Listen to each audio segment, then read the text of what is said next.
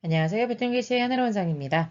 이과 함께 정리해 보도록 하겠습니다. 앞서 내용에서요, 이제 일반 평범한 가정의 모습을 주었는데요. 아버지가 빵을 건네달라고 하는 절규를 듣지 않았거나 못했던 가족의 아버지가 투명인간이 되어버리는 상황이 전개가 됐었죠. 자, 그 다음의 내용을 한번 읽어보도록 하겠습니다. 자, 아버지는요, 이제 투명인간이 되었어요. 우리가 투명인간을 뭐라고 표현했었죠? 네, invisible. 눈에 보이지 않는 굉장히 중요한 단어일 텐데요. 투명인간이 되어서 우리는요, 아버지의 이 말을 들을 수는 있었지만, 그러나 우리는 그러니까 아버지를 볼 수는 없는 상황이 되어버렸습니다. 그래서 우리가 아버지한테 묻습니다. 뭐라고 물었냐면, Where are you? 당연히 물은 거는 과거에 있었던 일이기 때문에 과거로 물어보지만, 그 당시에 물어볼 때는 아버지 지금 어디 계세요? 라고 현재로 물었겠죠? 그래서 are이라고 하는 동사가 나왔다는 겁니다. 어디에? 라고 하는 의문사 이후에 거기 계시냐? 라고 물어보고 있는 거고요. 그랬더니 아빠가 나는 있다.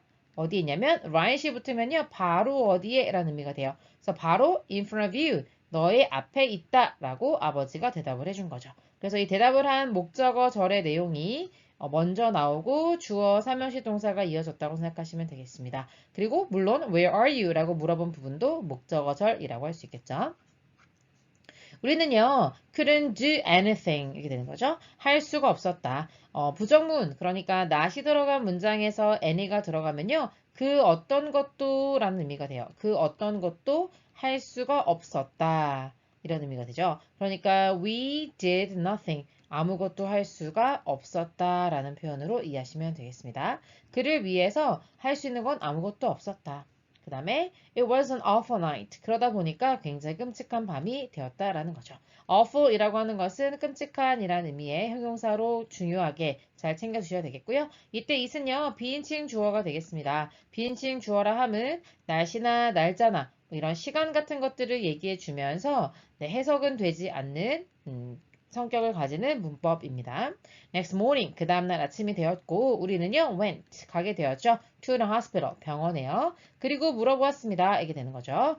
went가 첫 번째 동사고 ask가 두 번째 동사인데요. 뒤에 보니까 의사 선생님한테 to help us, 우리를 도와달라고 하는 거죠. 그럼 의사 선생님이 도와줄 거니까 목적어와 목적격 보호 관계인 거 이해되시죠? 그럴 때 ask 오형식이라고 하고 오형식인 ask는 요청하다라고 해석해 주면 되겠습니다. 의사 선생님한테 우리를 도와달라고 다시 내부 분석을 하면 3부의 5가 되겠죠. 요청한 겁니다.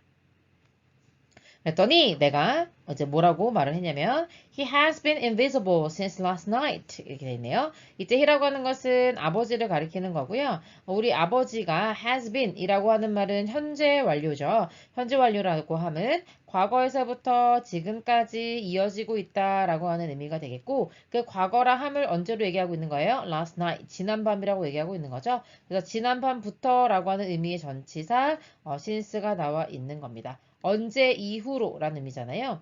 그러면 지난밤 이후로. 그러면 이렇게 지금 시간이 지나가고 있는데 지난 밤이라고 하는 과거에서부터 지금 현재까지 아빠가 보이지 않는 상태예요. 지난 밤을 기점으로 지금까지 요만큼 동안 계속 보이지 않는다라는 걸 표현하기 위해서 현재 완료를 사용하고 있다. 그리고 여기서 B는 이형식 동사여서 EV의 SC로 분석할 수 있겠죠. 그랬더니 그 의사가 shook이라고 하는 것은 shake의 과거형이 되겠습니다. 그 무엇을 흔들다 이런 의미잖아요. 그의 머리를 이렇게 절레절레 흔들더니만 말씀하시기를 이렇게 가겠네요. 그럼 shook가 첫 번째 동사, said가 두 번째 동사가 되겠습니다. 그래서 목적어절이 되는데요. 역시 말했다라고 하는 사건 자체는 과거에 일어났겠습니다만 그 당시에는 현재형으로 말해서 도와줄 수 없습니다. 라고 하는 말 자체를 하셨겠죠? 그래서 나는 여러분을 도와줄 수 없다. 그러면서 I've never seen anything like this before 라고 되어 있네요.